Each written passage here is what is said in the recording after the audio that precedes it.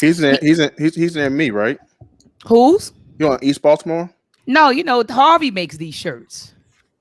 Oh, okay. Yeah, give me a shirt. Yeah, we got to get you a Reed shirt, family. We are live. We're talking about our Read Book Club T-shirts, and so I was just telling my brother Tawolo, that he got to get a shirt. I gotta So get on anyway, point. you got to get on point, brother. Got to get on point. So, family, thank you so much for joining the Read Book Club's discussion on our new book, The Hidden Cost of Being African American: How Wealth Perpetuates Inequality by Thomas Shapiro. I actually interviewed Thomas Shapiro probably about a year ago. And so I do plan on posting that interview. And it will be cool to kind of look at the interview after we go through this. And I would also like to bring him back on the show because now I've actually read his work. And so I could kind of Mhm. question him about some things.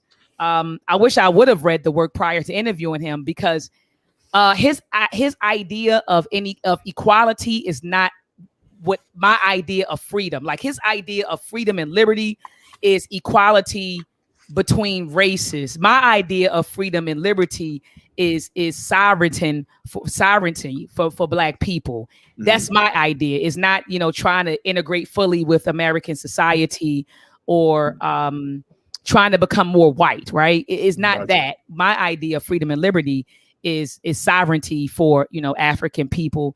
And so I would love to have that discussion with him because his idea of freedom and liberty is equality between races, so full integration. That is Mhm. his idea. But nonetheless, um tonight, family, we're talking about the preface.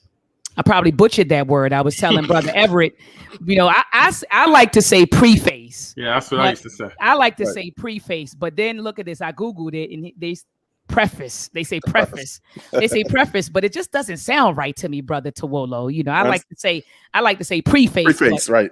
but they saying preface. So tonight we're going to discuss the preface and the introduction of the book. But before we get started, brother Everett, please introduce yourself to the listening audience. How you doing? My name is Everett Winchester from Real Truth and Power Live podcast and game show. I'm blessed to be here for another book. Beautiful, brother Tiwolo. Hey, how you doing, family? My name is Brother T. Wolo. I'm a lover.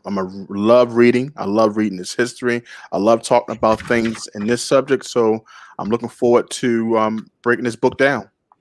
And then welcome back, bro, because you were with us. You were one of the troopers, Yeah. one of the warriors with us when we read the Blueprint for Black Power, and that wasn't an easy read. All right. We didn't just read it. We analyzed, like we studied it, we analyzed it. I mean, we really combed through it. Yeah. And that's an 868 page text. And to be honest with you, brother Tawolo, I haven't read a text that thick since. Damn. I haven't read. Need a break. I needed a break. I needed a break after we read Blueprint for Black Power. And so, welcome back, brother Tawolo. Always a Thank you. pleasure. Always a pleasure to have you. All right. So, who wants to spark it off, brother Everett, brother Tiwolo, with the preface? I can start off if that's cool. Okay, good. Well, one of the things I liked is when the author starts talking about Richard and Carrie Brookins, a black couple, living a regular life. You think, I believe he said they had the 401 savings and things went a little sour for them and they were wondering if they would have to sell their home and things of that nature. He goes into how that would be a little different, their situation, than if they were white. And he was talking a little bit about, I think he wrote a book. I'm not familiar with the book, but Black Wealth and White Wealth. Mhm. He keeps referring back to that book a lot about the inequalities that will happen and the different, the different choices and expectations that a black person will have to go through as opposed to, having it easy as a white person, that white privilege. Absolutely, brother Tawolo. Yeah, most definitely. Thomas Shapiro did a good job in breaking this down. I like the fact that he did tell the tape of two families. When you looking at the black family and you have the white family, let's look at it in a context of an employee. I have a coworker, and that coworker said we make the same amount of money, so we put the same amount of money in our 401k. But one thing that Thomas Shapiro broke down in this book and his other books, like Toxic Inequality and also Black Wealth, White Wealth, he breaks down the simple fact that they're not the same, because one of the white family may have a benefit of maybe a $20,000 gift from a parent to put a down payment on their house. So even if you may make the same amount of money and you are able to put the same amount in your 401k, one family has contributions that were given to them that is invisible. That's the unlined truth, the one that they don't talk about. So when you break down, and as Brother Everett said, when you break down the Black family, there's a slight difference that's never talked about at the workplace or in the open, the hidden advantage. And this is one thing that I got from the preface. Absolutely. And just going back to what Brother Everett said about the two families, how he compared Richard and Carrie Brokens to another white family. He was saying how the I think was Richard black. I don't know which family was black. I don't know if it was the Brokens. Yeah, they were black. Yeah. And the Brokens were black, and he compared them to another family. And he was saying that the Brokens had wanted to, not the Brokens, but the white family had wanted to, and I might be getting the families mixed up, but I know that he told the tale also in the preface of one family, a white family who wanted to move into the suburbs so that their child would have better schooling. But then the Black family, they also wanted better schooling for their family, but they couldn't afford to move in the suburbs. And that the white family was able to move into the suburbs for better schooling for their children because of the help from their families. And like you said, Brother Tawolo and Brother Everett, it's benefits that we just don't have. We just don't have that leisure. And so that's what I got out of the preface as well. So we can move into the introduction.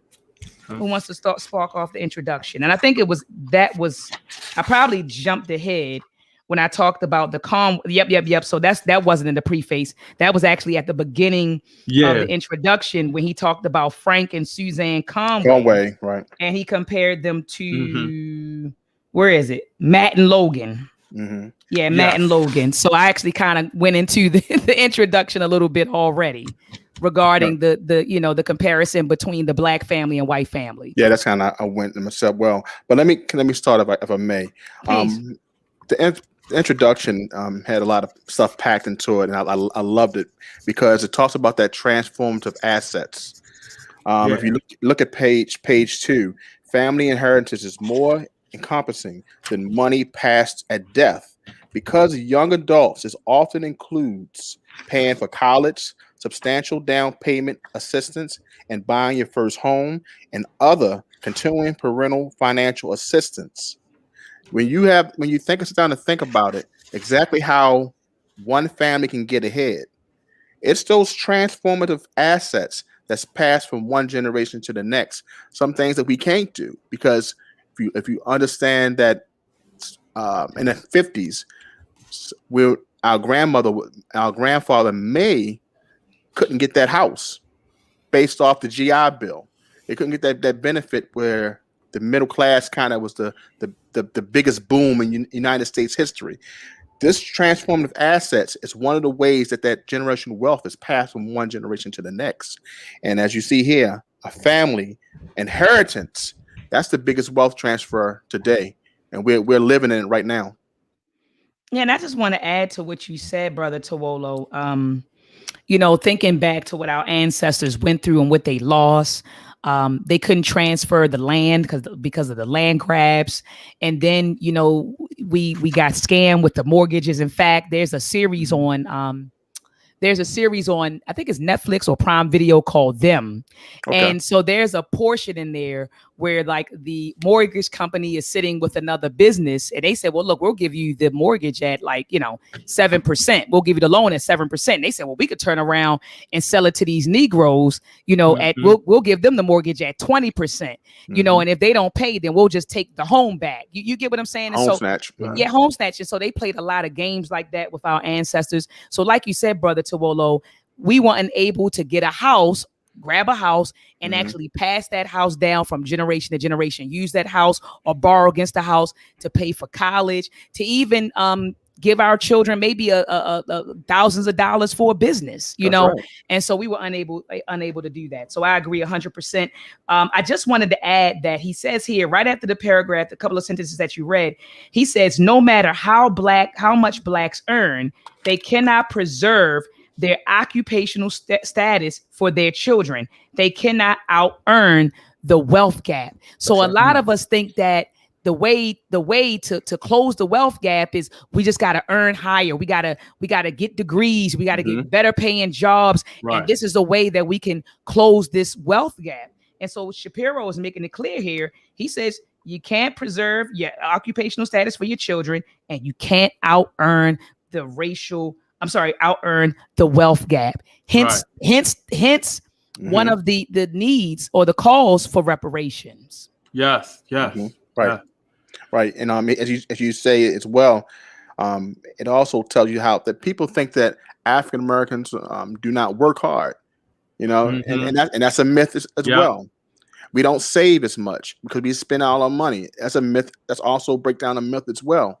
We can't save or work hard enough to break this gap, this wealth gap. And he's broke that down too. It's about that transformative assets that's gonna be passed on from generation to next. It's the way that they've been doing it for years, and Yeah. we have to take advantage of that.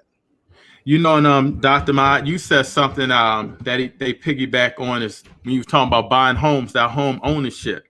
And he's talking about the discrimination in the markets, the cost of home loans, segregation, the way families accumulate wealth through home Yes. appreciation, all of those of which are systematically disadvantages for blacks. So like Brother Tuola was saying, it's we got more than just working hard and making the same pay as you. You know, it's those disadvantages that keep that wealth gap between us separate. Yeah, redlining was a huge disadvantage. That's right. You know, like you said, the redlining, higher mortgage rates. I'm sitting over here thinking of an article that Brother Tawolo had brought to my attention when we were reading the Blueprint for Black Power. It was an article that said that Black people pay a segregation tax. So whenever we want to live in a neighborhood that is predominantly Black, right? And I mean, in most races like to live around people who look like them. But they say that we pay a segregation tax because our houses are devalued when we do that. So the same house that you might have in a Black neighborhood, if you take that same house and you put it in a white neighborhood, Yeah. it's worth more money. That's So right. you know, CNN dropped the article, and then thank you so much, Brother Tawolo, for bringing that to my attention on the segregation tax. They said that African American people have lost billions of dollars because of the segregation tax. Yes. So then at the end of page 3, he says this, brothers. He says, we live in a great paradox. He said, so, you know, we live in this post-civil rights era. People say, you know, it's post-civil rights. All of this legislation has been had. We've had affirmative action. We've had all of these things. He says, but why is racial inequality increasing in this new era? That's the question he posed at the bottom of page 3. And he and the answer to that question is because of the wealth, the perpetuation of the wealth.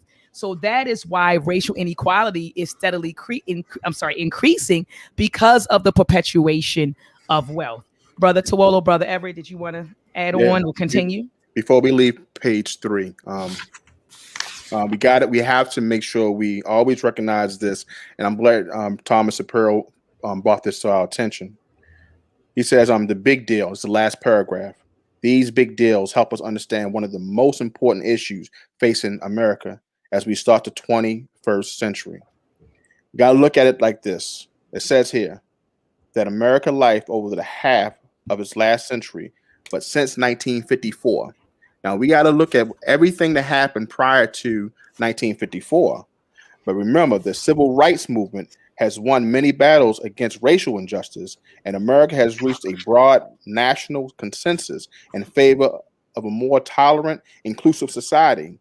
But I want to erase all that because you got to remember, we were frozen out of every opportunity since that civil rights. It was given to us.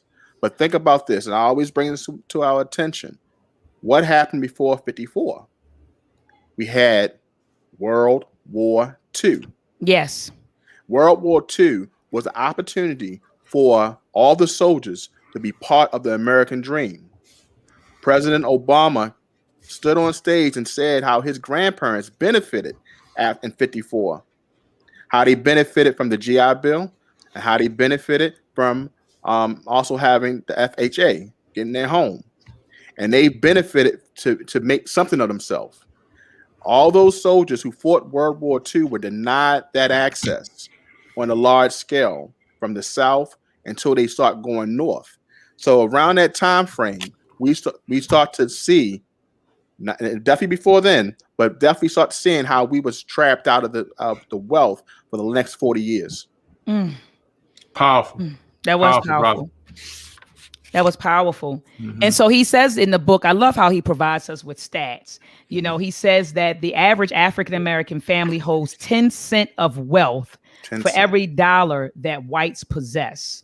He says black and white professionals in the same occupation earning the same salary typically move through life with significantly unequal housing, residential, and educational prospects, which means that their children are not really on the same playing field.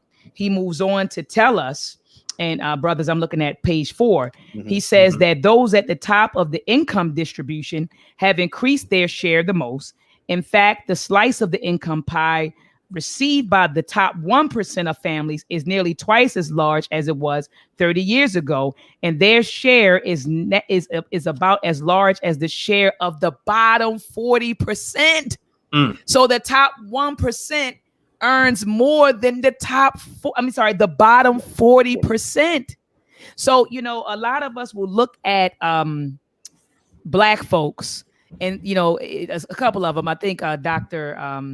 Oh my goodness, Michelle Alexander, she calls it black exceptionalism. And they look at black exceptionalism, and they think that all black people are progressing, but that's not the truth.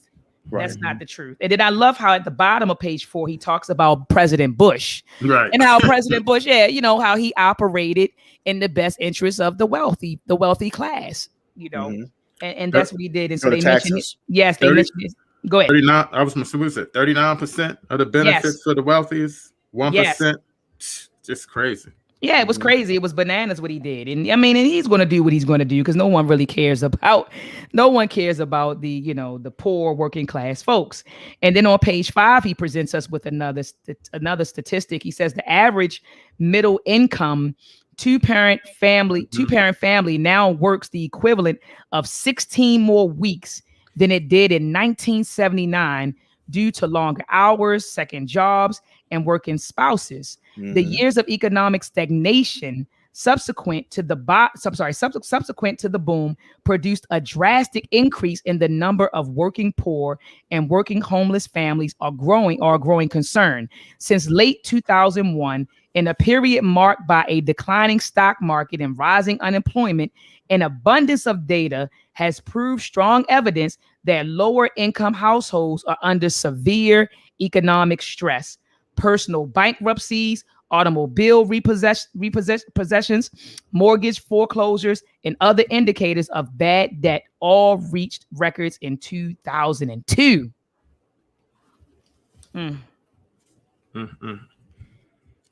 That's crazy. Yeah, and this is powerful. Yeah, and then T, please go into the baby boomers, because that's just about then he moves into the baby boomers and how they're going to transfer trillions of dollars, if, you know, for folks who are tied to baby boomers with wealth. But go ahead and break that down, Brother T. Well, this is definitely what we have to look at. And as I mentioned before, we have to look at the GI Bill, the FHA loan, because our grandparents, you know, you have to look at our grandparents, our parents. You know, we're around this age of 38 to 45, close to 50. So we're looking at the transfer of wealth is going to be our parents, who should have been left an inheritance from their parents. And as we know, because of most of the kids have been taken care of by the grandparents, who had federal jobs, because they didn't give us many things, but they said at least give them jobs.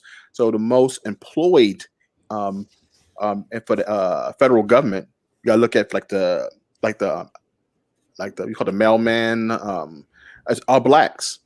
Blacks were given a lot of federal jobs at that point. So that transfer of wealth came from them getting that benefit of working for government jobs and stuff like that. Forbes magazine wrote an article 2 years ago that said that the biggest transfer is happening now, and it's happening from baby boomers, because they were given all the advantage of the 54 Civil Rights Bill. Remember, all the benefits, working, federal loans for homes, also jobs. They didn't give us no land. They didn't give us any other monies, but they made sure they gave us employment. So, and these when all the rights came out. So all the finances, all the big money came from that generation. Now think about it now. If our ancestors, which are our past and our grandparents, our mothers, our fathers did not get a benefit of having a home that can pass down to us, money they can pull equity from, any land, that wealth is not coming to the African Americans. Now, remember, in 2053, they said our net worth would be zero. That's 33 years from now, right? Guess what? The biggest transfer of wealth is happening now. So if we're not getting that money, guess who's going to be suffering? We are. Brother Tawol and Dr. Mott, I wanted to piggyback off of that, and I wanted you guys to get into it because I'm sure I can learn probably more than breaking it down. He's talking a lot about the gap between wealth, and he keeps talking about the wealth inheritance and the rising inequality because of the inheritance of wealth. Is he talking about land, and is that what he's going into, or is he talking about something different? Like, for example, I like you were saying, Brother Swola, how purchasing a house can be passed down and things of that nature. Is that what he's talking about more so? He's talking about land. He's talking about insurance policies. We're talking about homes. He's talking about any asset that was built by the boomers based off of the transformative assets that they received from their parents, and also received from their good paying jobs, the bonuses, the opportunity to make their balance sheet in the black and ours in the red. Right. So they had opportunity to have that passed on from their generation. Right. So it just kept on going from one generation to the next. So Thomas Shapiro is talking about all those transformative assets that we didn't have benefit from. Not all blacks. You have some people, blacks who have gained homes, land, but we're looking at the 13 million that has been locked out. So this is what he's talking about when you talk about the transformative generation that's going to get the inheritance. And I'm glad you said that, because it's also the lack of education that we have as Black people. Not that we lack that education to, like you mentioned, insurance, life insurance. Life insurance is a transformation of wealth. Yes. A lot of people don't even I don't want to get life insurance. I don't want to get life insurance so much. Things of that nature. That education part. What they look at, they look at it in two ways. These whites who are transferring this generational wealth, we look at life insurance as just, okay, we're going to get this benefit when we die. Right. They get a certain assurance that they can benefit while they're living. And when their child, once they set these policies up, when they become 65, guess what? This policy pays their child maybe $1,200 to $3,000 per month because it's gained interest. Yes. See, we don't understand that because we don't understand the financial aspect of how to build those assets. And that's the education that we need in order to take us to the next step. Yeah, awesome. No, absolutely. I couldn't agree with you more. And so on page 6 and 7, he's moving into, he says, the context of racial inequality. And he begins that particular section with talking about W.E.B. Du Bois and Myrdal. And he says that they describe the American dilemma, right? And Brother T, he says he talks about the American dilemma. He says this influential and lengthy study documented the living conditions for African Americans during the first half of the century, revealing to many for the first time the impact of systematic discrimination in the United States. He also talks about how W.E.B. Du Bois at the beginning of the 21st century he declared that the problem of the century was the problem of the color line. But he did say during, in the middle of the century, that W.E.B. Du Bois said that we did, progress, I guess, or made strides in education and civil rights and voting rights, occupation, income, housing, literature. He says in arts and science.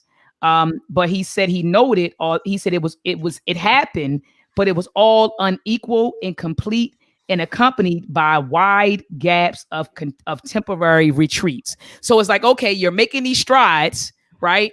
But it's not equal when you're comparing yourself, I guess, to your counterpart, right? Mm-hmm. So you're making these strides, but again, it's unequal, it's incomplete, and he said it's also accompanied by wide gaps. So while we're making these strides, they're making strides too, and so you're still dealing with the widening of the gaps. And so he talked about that, and so Thomas Shapiro concludes page 6 with saying that if we want to make real progress towards racial equality and democracy, then we have to understand the racial wealth gap, and we have to not only understand it but close it. But brothers, this is what I would like to ask you. And I have notes jotted down on page 7. He was talking about progress, and he kept saying, progress is real. He said, it's real. It happened. African Americans have made strides. And so to me, and this is the conversation I'm gonna bring him on to have with him, because it seems like he's measuring progress based on, again, equality between the races, how us becoming, as Yvette Carnell would say, more white, more integrated into white society, more equal with the dominant society.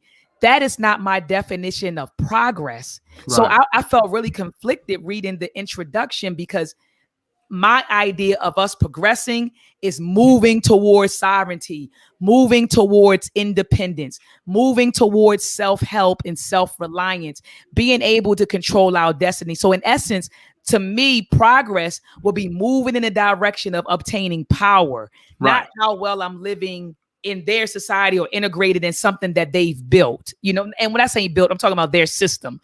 That's what I mean. So I was a little bit conflicted with that. But what are your thoughts on that when you read page 7 and he made the claim that African Americans have progressed and how he's measuring progress? What are your thoughts on that? Well, you know what? I'm glad you mentioned the introduction, because I was thinking of that too. It kind of made it to where he was talking about, a job and the 401k and stuff like that, when he was comparing the families, as if that was that's how he was measuring his success, to get a government job per se, or to get a job like that. But like you're saying, you're looking at it in terms of what we need to do to empower ourselves. Whereas our teachers teaching our kids, our culture, our history, growing up and building up our community. And I'm interested to know just if he goes into the book of saying this is when we can get our ultimate power. When you're reading from his standpoint, it's still early in the book, so I don't know. But I'm really interested to see if he goes into that a little bit. Okay. When it comes down to this page, page 7, he talks about race neutrality. And this is one of the focus that America believed that they could, achieve after the post-racial conflict that we've been through. If you look at the first paragraph, race neutrality is what America wanted us to push for. But we have to look at this, that America is based off policies, and most of the policies was restrictive. So the white society believes that we are having a heads up, or we're moving in the right direction when those restrictive policies are released. The right to marry who we want, the right to own land, the right for employment, to move any restrictive laws that we may have experienced. If that's removed, they believe that's a win-win. And as Dr. Ma'at was saying, is that she don't look at that as being a win-win. Sovereignty is a win-win. Right. And I don't think that in this page, up to this point of the introduction, he's talking about that. He's basically talking about any restrictive policies being removed, which allows us a part of the American fabric. Okay. Okay. Yeah, I just wanted to know, know your thoughts on that. And so then he moves into on page 8, he's talking about the traditional measures of economic well-being and inequality. He said typically they look at income, education, and jobs. And he says, and when you look at that, it does show authentic and impressive progress towards racial inequality from the mid 60s through the early 1980s. And then he said it's been stagnant ever since. But so those are the traditional measures, but his measure in this particular book, he's coming from a asset perspective. And then he moves into the world of aspects on page 9, and he talks about this story. Can one of you brothers break down the story at the beginning of the section? The grumble happens at Jack Grumman. And what happened with Jack Grumman? Or do you want me to talk about it? Oh, the sicko group?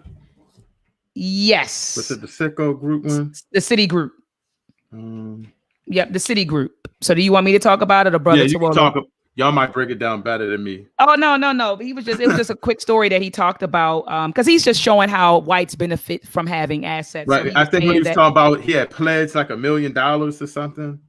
Yeah, so it was a guy that named Jack Grumman who worked as a security analyst for the Citigroup Corporation. Right. And Citigroup had some sort of, they wanted to work with AT&T.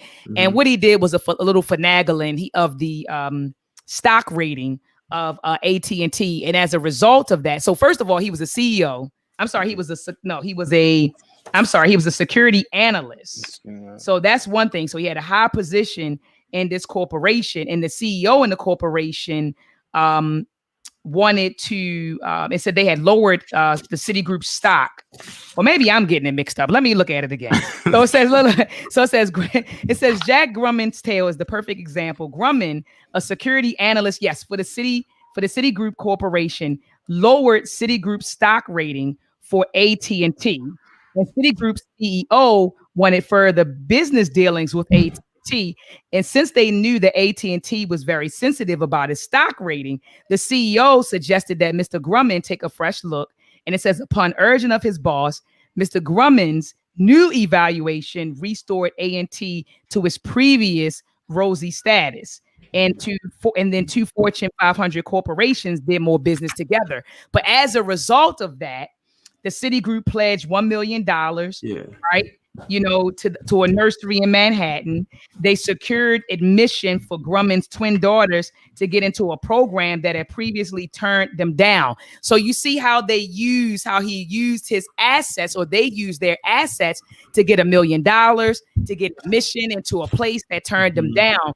And so Shapiro in this particular section is talking about how whites use their assets to get advantages, and how we don't have any assets. Most of us don't. And so we're at a disadvantage. And so he was using that tale to teach us that. And I have a personal story I wanted to add. I know the owner of Collins Seafood. His name is Dante. He used to have a location over here in Randallstown. And then he's now, I think, over in East Baltimore, West Baltimore. But when I asked him, how did he get started? He said that he went to, I think it was Harbor Bank, the black owned bank in Baltimore. They turned him down. He went to Bank of America, and I think he wanted $1 million loan from them. And so he ended up selling a restaurant that he had downtown at one point. He sold that restaurant. So he had some cash, a couple $100,000 in cash, but his mother had an asset. Her house was paid off. So his mom put up her house to back the loan.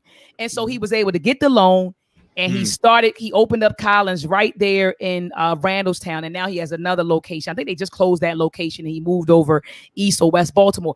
But the point that I'm trying to make is that he had an asset in his family that he was able to utilize to seize a business opportunity, to get a loan for a business. And a lot of us don't have that. A lot of us can't go to our moms and dads and say, hey, you got a paid off house. I'm trying to get this loan. I wonder how old his mom was. I don't know. Dante is like a little older than me. I think she was a boomer, right? Yeah, yep, she's a boomer. She a boomer? She a boomer. She a boomer, T. I see what you're saying, T. She's a boomer. So like you said, so that it sounds like Damian Johns, right? Yes, sound like Damian Johns. Okay, And okay. tell the people that story. I think that's a beautiful story on assets as well. Damian Johns, was one of the creators and founders of FUBU, For Us By Us, the clothing line that sparked hip hop fashion. Basically, one of the companies. One of the things that me and Dr. Ma'at talked about some years ago was that he was sharing a story on Black media about how he started from his trunk and how he flipped one hat and made it 2 hats and then took the 2 hats to make it 4 hats. But the transformative asset story he failed to talk about when his mom put up her house. Wow, I never knew that. As collateral for him to make those orders when he got the big deal. It's one of the, like I said, it's one of the things that is never told is that how our parents, how our boomers help benefit us to make those big strides, and why it's so important to have transformative assets to make those things happen. So this is one of the stories. And if we can go back to page 6 for 1 second and jump to page 7, one of the things that the author talked about is how the benefit of the asset and how it benefit his children getting to school. And we talked about that that's an invisible benefit, right? Think about what happened in USC. How the rich use their benefit and their money to get their children into the top schools. Top schools. Yeah. Only for social standing. These kids were going to be fine if they went to school or not, but they went to school because that's a social standing. The connections, right? Everything, yeah. But the connections. So they paid top dollar, use their influence in order to take the seat of minorities, which could have benefited from that position. So these are ways that, that we are left out as well. We're left out when we don't have those assets, not just in housing, just not in our bank account, but in their job. That's a fact. I got the most I got out of the preface. I think we said that right, preface. Yes. And the introduction is what you guys are mostly saying, Brother Twola, is that having a house and having assets and passing it down to the next generation. I think that's going to be a critical key that a lot of our people don't even think about when we start talking about generational wealth and providing for your kids when you go away, living for the future, not living now and saving. So I hope to pick up a little bit of that on both sides of how they portray us doing it and how they doing it. Maybe it's something in there that in the middle that we can grasp. Yeah, but I agree 100% with you, and that's something that we need to think about when we're out here procreating. And yeah, I would say something, but I'm not gonna rehash an argument that I had with a friend of mine. But when we're out here procreating, that's what we need to be thinking about. You're bringing a human being into this world. What assets do you have for that person? That's right. What assets have you built to pass down? We can't just be out here procreating for procreating's sake. We got to be procreating with a purpose, and that purpose should be passing down something, passing down our legacy, passing down assets to our children. And Brother Twola, you mentioned, throughout the conversation, you said transformative assets. And so I would like to just define for the people what transformative assets is. I'm looking at the bottom of page 10. He says that transformative, or the author Shapiro says that transformative assets are, it says, inherited wealth, lifting a family beyond their own achievements. So let's say, okay, Dr. Ma'at, she graduated from Morgan. She has a doctorate in engineering. Transformative wealth would have been if I would have been sitting on 2 houses that my great-great-grandmother. So in addition to me achieving that and taking my salary and doing what I want to do myself, but now I also have maybe 2 or 3 houses that I inherited from grandparents, or a policy that my grandmother left me, or the policy my mom left me. So these are, again, inherited wealth that's going to lift you or family beyond your own achievements. And so I just wanted to make sure that we gave them a working definition, brother Twola. I'm so happy that you read that, because we have to dispel the myth of self-made. Yes. We have to dispel that myth of self-made. That only takes you to a certain level. As you said here, transformative assets take you beyond what you can do for yourself. That's right. Because think about this. I'm just going to make this one point, then we can move on. Life insurance, whole life insurance.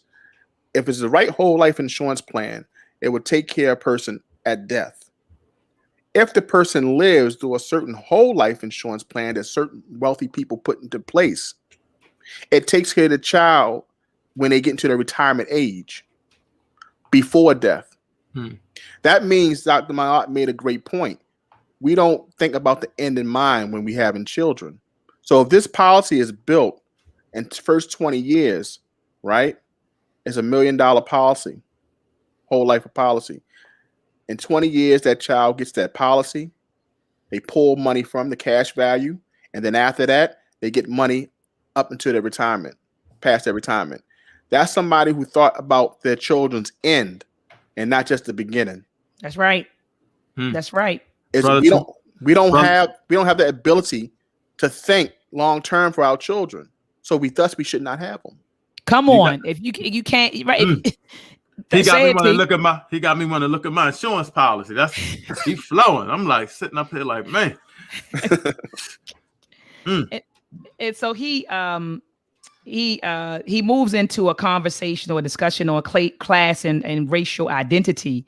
And he says that a family's assets consisting of financial resources like savings accounts, stocks, bonds, home equity and other investments are not merely means through which they measure success or make a life.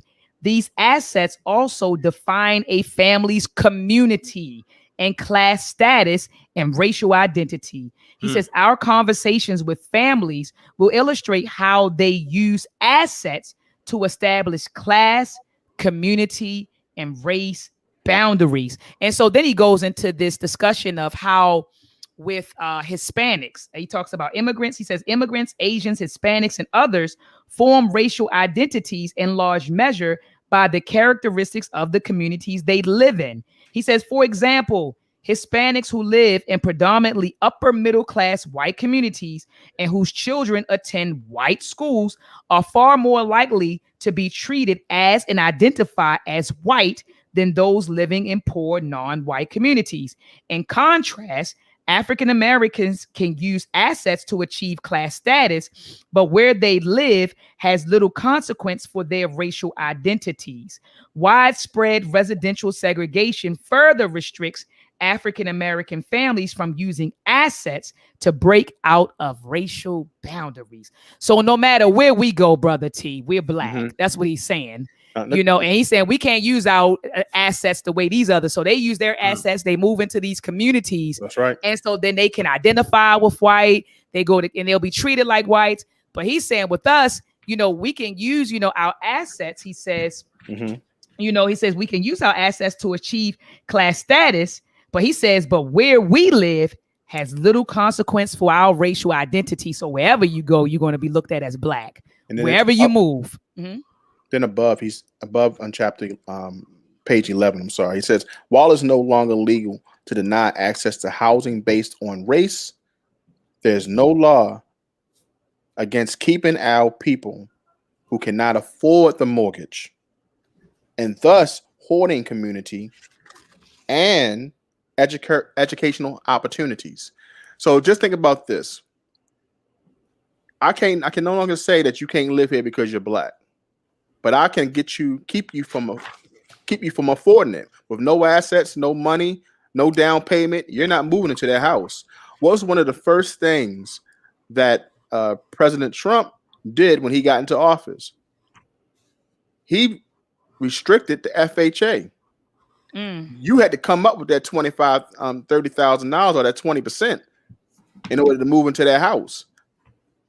When you have the power to restrict, who has that $30,000, $40,000 and move into that $250,000 or $300,000 home that may put them in a better zip code and may put their children in a better position because of better schooling and better opportunities because of resources? If you don't have that money saved up, you stay put. Yep. In a community that may have less. Yeah. So that's right. Those restrictive policies is one way that they kept this out. And when they found out they couldn't do it based off of race, they say, you know what? We'll just make it hard for them to get it.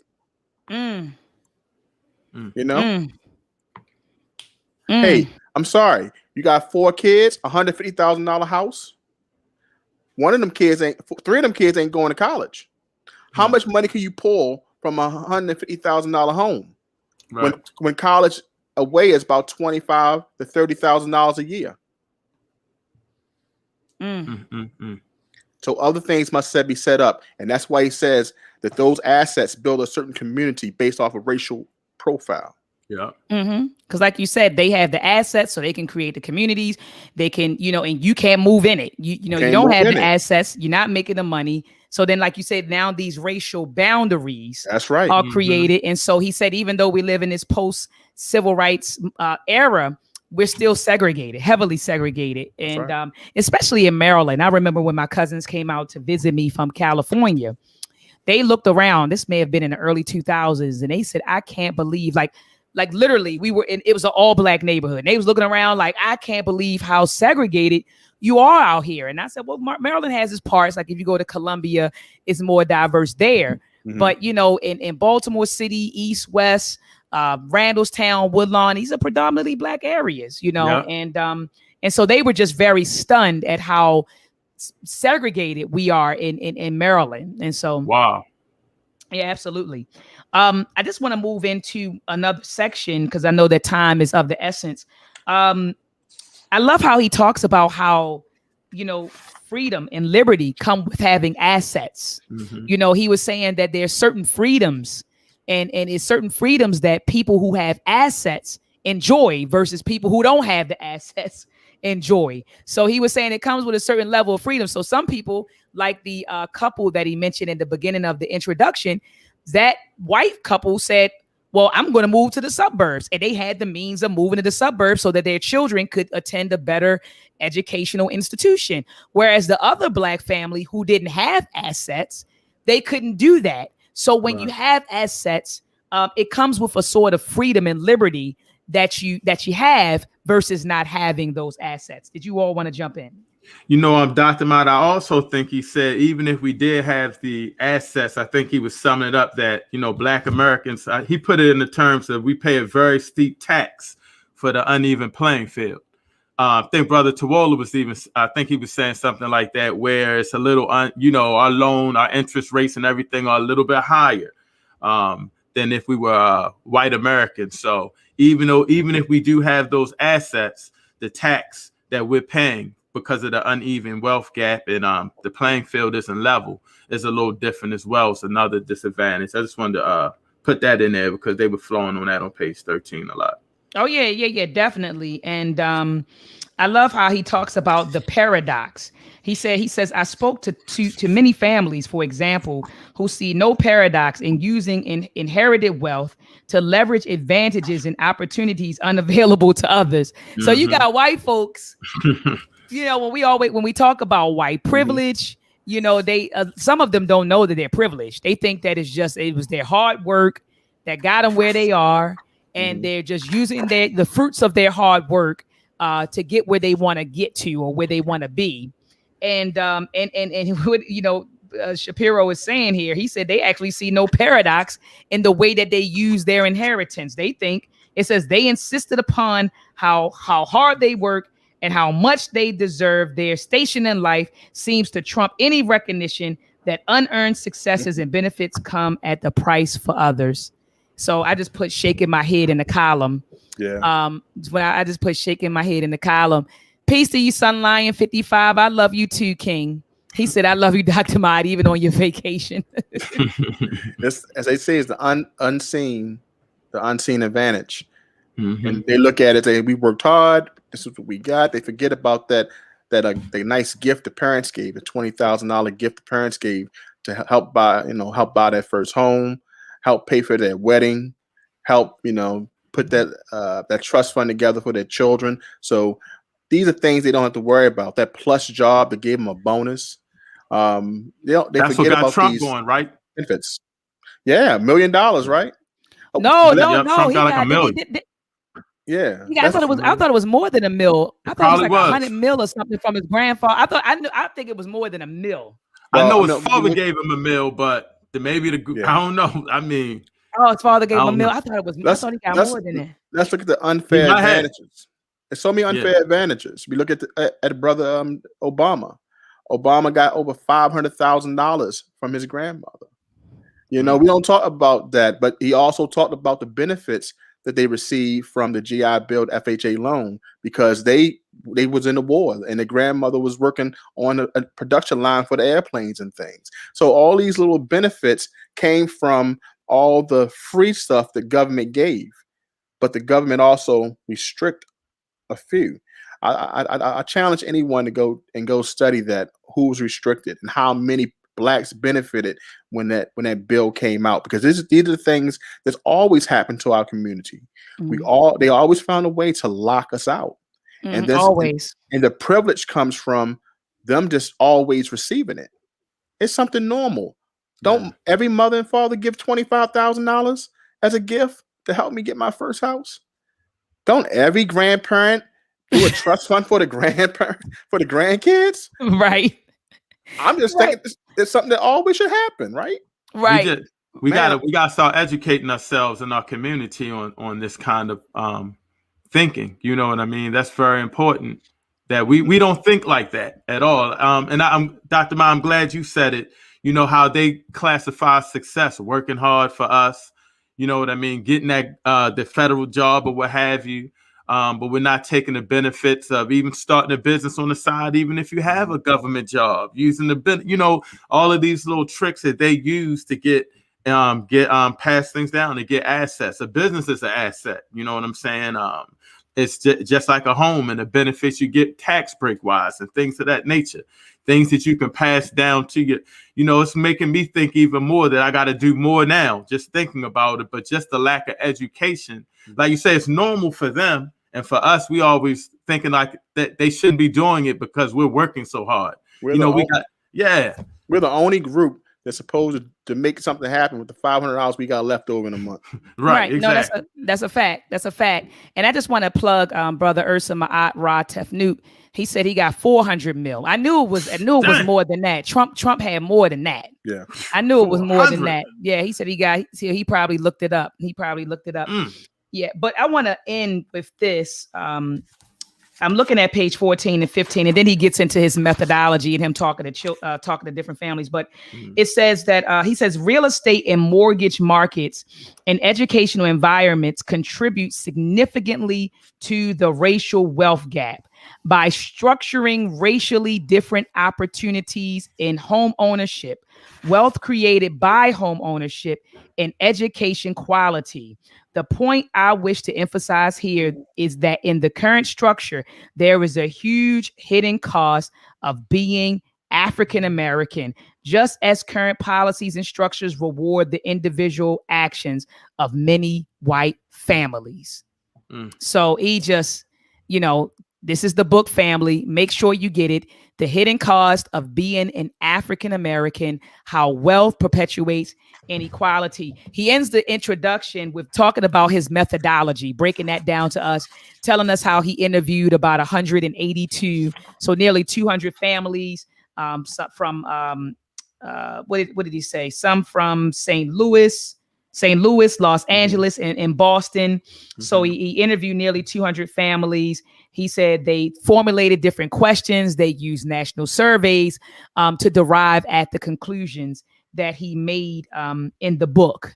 And so what I love about this part, Brother Tiwolo, is that he didn't just write a book and just, and with a bunch of ideas. Yeah, I mean, I know these are his ideas, but he laid out his methodology. And I'm a person that loves to understand the methodology. It's great that you wrote a book, but what went into it? And so I love how in the last couple of pages, he laid out what he did, his interviews, the amount of data they collected. He said he said interviews took almost 2 hours each and resulted in about 400 hours of audio tapes to listen to and 7,000 pages of transcribed data to read and analyze. He said they also looked at, he says, the second source of material supporting this book thus draws on national data sources, especially two surveys of households across the nation that ask systematic questions about family assets and liabilities. So he didn't just write the book out of the thin air. You know, Right. he had a sound methodology to this. He had a very, very sound methodology to this. And at the end, when he talked about policies, because he was saying that, you know, we need to close the racial wealth gap by instituting what he called asset-based public policy. When I read that, Brother T. Wolo, I thought about Dr. Jared Ball, because, you know, when Dr. Jared Ball wrote that book, The Myth of Black Buying Power, what's it called? The Myth of Black Buying Power, or the Myth of, Black Buying Power. Yeah, when he wrote that, he argued that we need to be changing policies. And so remember, everyone, you know, for years, a lot of us, you know, oh, we just need to buy black. So we thought that buying black would get us out of this problem, right? Buy black, and we do need to buy black. And I don't want anybody to misconstrue my words, because then somebody will take a snippet of what I'm saying, Brother T. Wolo, and say, Dr. You know, Dr. Myers said, you know, no, but Dr. Jared Ball was saying we need to be going at the policies. It needs to be some policies that are created that will enrich, or that will put wealth in the hands of Black people. That's right. And so he caught a lot of flack. But when I read Shapiro saying, look, you know, we need to create asset-based policy. Yeah. I said, okay, so he's talking Dr. Jared Ball's language. Yeah. Because the policies are the things that restrict or allow. And if we don't look at it like that, then we're behind the eight ball. We got to look at what allows, and we fight to make sure that those things are enforced. Absolutely. You know, the policy is the things that kept us working and not building the assets needed in order to make that transformative asset possible to give to our generation. These are the things that we have to look at about what's more important and what can build us to that next level. So policies we must look at. Yeah. Absolutely. I mean, I can agree with you more. And then Dr. Amos Wilson said that in the Blueprint for Black Power. Remember, Brother T. Wolo, I think it was on page 34, there was a chart that talked about how from 1675 all the way to 1975, policies were created that enriched white folks. That's right. They did it through policies. So a lot of folks came at Dr. Jared Ball's neck for saying that we need to go after, you know, the policies. We need to get into politics, but we do. And even, you know, Dr. Anderson said that in his book, Powernomics. He talked about practicing group economics, but he also talked about practicing group politics. That's right. You know. All right, brothers, do you have any closing words? No, I just can't wait to get into chapter 1. It's going to be very interesting. I know I'm gonna learn a lot. Yeah, I think the same here. Dr. Mayat. Well, you know, Brother Tiwola, you already read the book. Oh yeah. You wasn't supposed to say that. This is your second time reading it. You was like, oh, you reading it? Yeah, I'm gonna read it. You know, I'm trying to catch up with you, bro. I'm trying to catch up with my big brother. And you know, trying to catch up with him. But you know, so we got an expert on the panel. But I'm gonna be going live tomorrow. And I just wanted to let the family know I'll be going live tomorrow to talk about Howard University. And you already know, T, my son goes to Howard, but I sent him when I saw the article that Felicia Rashard was being attacked literally by Howard University students and Howard University alumni. I text him and I said, Howard, you all have lost your minds. And so I'm going to have a conversation tomorrow live about that. So if you brothers want to join me, feel free to join me. I'll send you brothers a text and let you know when I'm going live. But I'm going to be talking about, you know, what happened with Felicia Rashard. I'm also going to go live and talk about what's happening with, I think you pronounce her name, Sha'Carri Richardson, the young lady that was disqualified because they found some. She's able to run now, though, right? I think she's running now, but the people people dragged her, Brother Everett. Yeah. You know, and did she make a mistake? Yes. Did she make a poor decision? Yes. But who the hell hasn't? You know, and I mean, Lord, I mean, if the Most High or whatever you want to call a deity, if my life flashed before you all, your jaw would drop. I made a lot of decisions in my life, you know. That's right. I mean, That's right. I did. You know, I did. I mean, I hustled. I sold weed. I mean, I did all kinds of stuff. So what if the world saw everything that I did, everything that you did, you know? And so the way that they dragged that young lady at 21, she's 21, and they dragged the baby. She's just a baby. She's a baby. She made a bad decision. She suffered the consequence from her decision. Let it go. Let it go. And so I'm going to go live to talk about, you know, Felicia Rashad, and I'm going to go live to talk about what happened with the track star, Sha'Carri Richardson. And so both of those ladies have my full support. And I said that on Instagram. I don't know if you all follow me on Instagram, but I said both of those queens had my full support. You know, I don't think Felicia Rashad did anything wrong by saying that she was happy that a miscarriage of justice had been corrected. I mean, it wasn't consistent. She's been consistent on her stance. Yeah. You know, so now why blast her? She's been consistent. They're blasting her. Oh, she's against the sex. I said, these people have lost their minds. But see, that's what happens when you brainwash a society and when people don't have critical thinking skills. You just kind of go along with the bandwagon and whatever the media is saying. And so tomorrow's discussion is for folks who have critical thinking skills. I like one thing that Stephanie Mills said. She says if you had a problem with him, give him all that money back that he gave you on over the years. She did say that.